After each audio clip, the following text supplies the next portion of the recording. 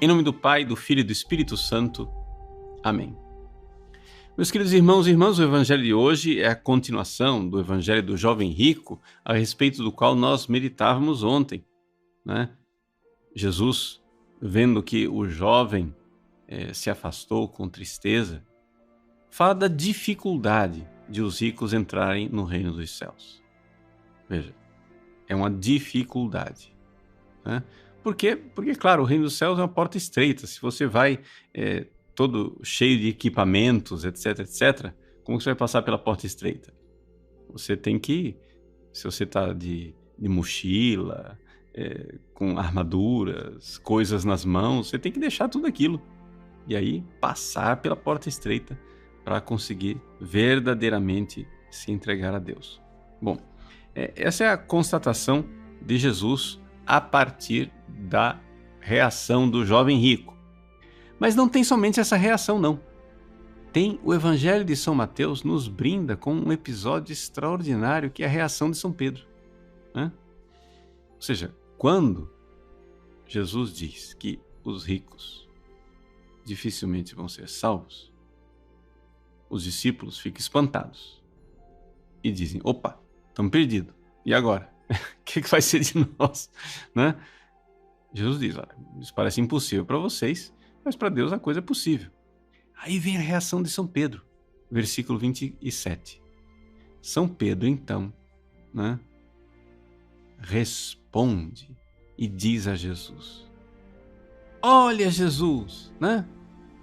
Olha só, em grego, idu, né? Olha, veja, nós deixamos tudo. Remeis affecamen panta. Nós deixamos tudo, Jesus. A gente pode imaginar aqui a alegria de São Pedro, né? Sanguíneo do jeito que ele era, né? Alegre, dizendo: opa, dessa vez acertamos, né?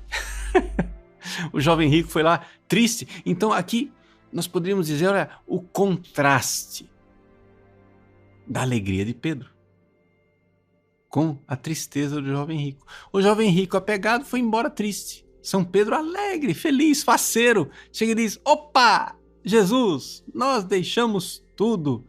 E o que é que vai ser de nós? O que é que vai acontecer conosco? Jesus então fala, né, da promessa, da recompensa específica para os 12 apóstolos, porque se sentarão em 12 tronos para julgar, mas também geral para todos os que deixarem as coisas por Jesus. Veja o que Jesus diz no versículo 29.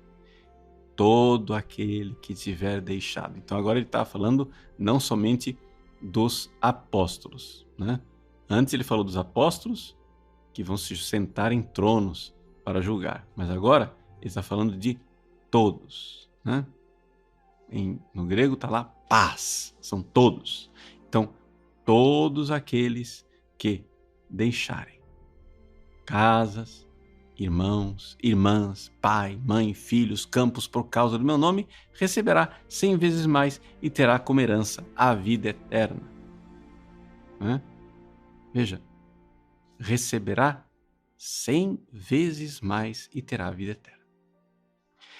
Aqui, o que é que nós podemos tirar para a nossa vida deste episódio aqui? Bom, primeira coisa, né, é uma constatação bem católica, que é o seguinte: quando Jesus chamou seus primeiros padres, seus primeiros sacerdotes, os apóstolos, ele deu para eles um estilo de vida, né?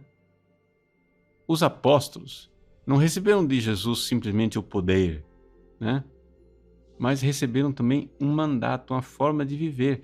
Então, quando Jesus chamou os apóstolos, Jesus não estava fundando uma congregação religiosa, né, com os votos de pobreza, obediência e castidade, e só os religiosos. Não, Jesus estava fazendo os padres.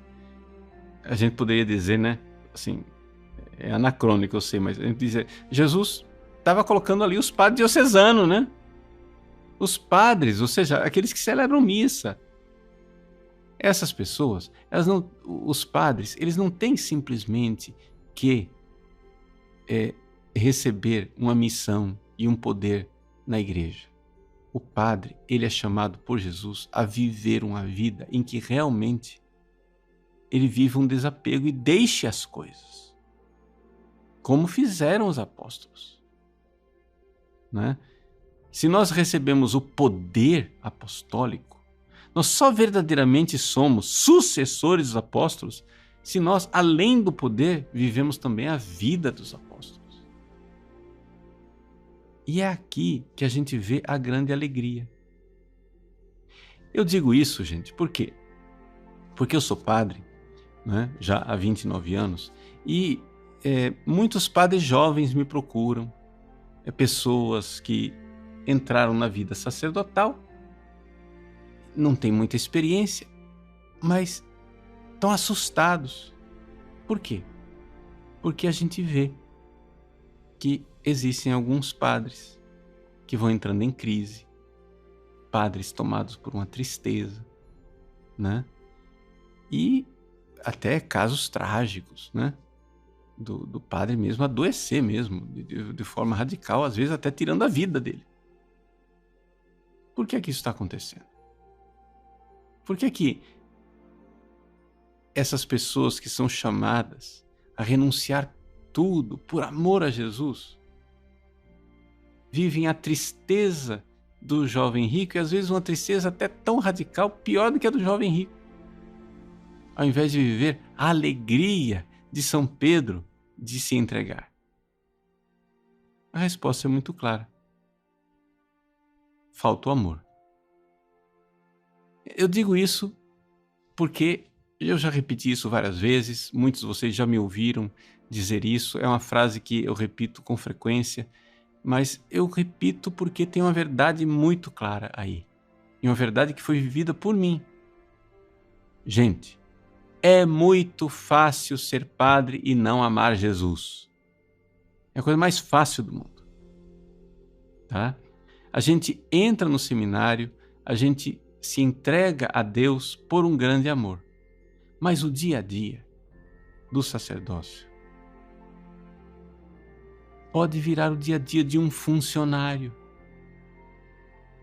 o dia a dia de um gerente, de um CNPJ, o dia a dia de uma pessoa que não tem missão. Então, para que nós preservemos, né, esta realidade, nós precisamos desse amor a Jesus. E este amor a Jesus, quando a gente se doa, quando a gente, né, verdadeiramente encontra Jesus por amor e se doa alegremente, acontece esta experiência que Jesus está prometendo no versículo 29. Jesus diz assim: quem deixar, por amor, né, evidente, casa, irmão, irmã, pai, mãe, filho, campo, por causa do meu nome, ou seja, por amor a mim, receberá 100 vezes mais.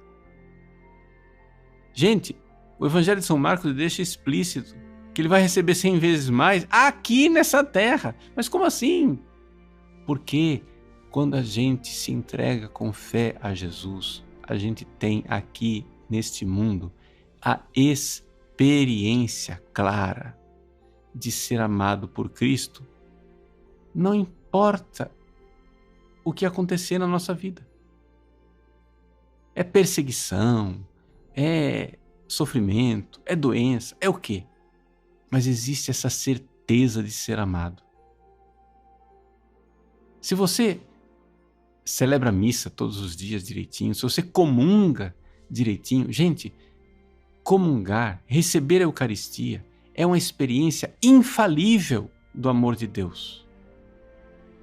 Mas como é que vai ser uma experiência infalível do amor de Deus, Padre Paulo? Claro, se você comungar direito, né? E comungar direito quer dizer o seguinte: número 1, comungar em estado de graça. Não vem com essa história de comungar em pecado. Celebrar missa em pecado piorou ainda. Deus me livre.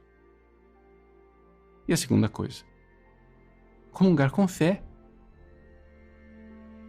É Jesus quem está lá. É Jesus quem está lá te amando. Então Ele está dando a você o amor dele. O que é que você faz quando você comunga? Que quereis de mim, Senhor? Se você comunga disposto a mudar, disposto a fazer sua vontade ficar igual à vontade de Cristo. É essa a experiência do amor. As pessoas que se amam têm o coração no mesmo lugar. Você precisa mudar seu coração no coração de Cristo. O que é essa história do deixamos tudo e te seguimos? O que é deixar tudo? Você pode chegar e dizer na minha cara assim: Padre Paulo, o senhor não deixou tudo. Olha aí, o senhor tem bens, o senhor tem isso, tem aquilo, etc e tal. Gente, deixar tudo é deixar a própria vontade. Se você está disposto, é isto que eu quero fazer da minha vida. Não fiz ainda completamente porque eu não sou santo, miseravelmente, mas quero fazer. Eu quero não ter vontades. Eu quero que a minha vontade se una à de Cristo. E quando nós unirmos nossa vontade de Cristo e deixar de querer o que a gente quer e querer o que Ele quer, que nos ama, Ele me ama, eu vou querer o que Ele quer. Ali existe a alegria. Ali existe a verdadeira alegria. Ali existe o receber nesta vida o prêmio de saber: eu sou amado. Ele me deu tudo. Então, eu estou aqui, esvaziando as mãos, me desapegando das coisas para poder receber, né? Ter estas mãos vazias e prontas para receber o grande amor com que Ele quer me amar. Então, faça isso. Seja generoso. Pode assustar para quem vê de fora. Assustou o jovem rico, ele foi embora triste. Mas se você está disposto a deixar suas vontades para fazer a vontade do bom Senhor, de nosso Senhor, ah, que alegria! Nós vamos dar pulos de alegria, como o bem-aventurado Pedro, o alegre Pedro, o feliz Pedro. Que Deus abençoe você. Em nome do Pai, do Filho e do Espírito Santo. Amém.